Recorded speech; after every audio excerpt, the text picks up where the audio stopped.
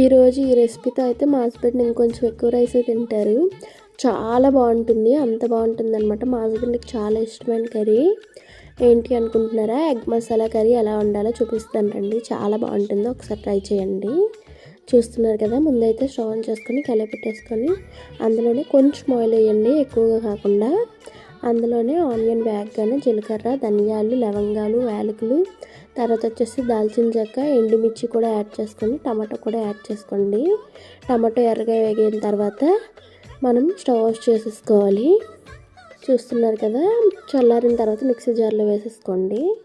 పట్టేసుకున్న తర్వాత అలానే మళ్ళీ ఆయిల్ యాడ్ చేసేసుకోండి. నేనైతే హై ఫ్లేమ్లో పెట్టడం వల్ల కలయి కొంచెం మాడింది, చూసుకోలేదు.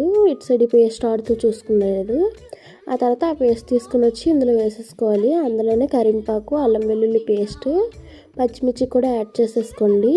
మీ రుచికి సరిపడగా కారం కూడా యాడ్ చేసుకోండి. ఈ మసాలా మొత్తం భలే ఉంటుంది, స్మెల్ భలే వస్తుందన్నమాట ఇల్లంతా. పసుపు, కారం కూడా యాడ్ చేసుకుని బాగా వేపుకోండి. చూసారా, కలి ఎప్పుడైతే విడిపోతుంది అనిపిస్తుందో అప్పుడు మీరు ఏం చేయాలి అంటే అందులో ఇందాక వేపు పెట్టుకున్న ఎగ్స్ వేసుకొని అందులోనే సరిపడగా వాటర్ వేసుకోండి. చాలా బాగుంటుంది, ఒకసారి ట్రై చేసి కామెంట్ చేయండి. ప్లీజ్ ఛానల్ లైక్ చేసి సబ్స్క్రైబ్ చేసుకోండి. Bye bye.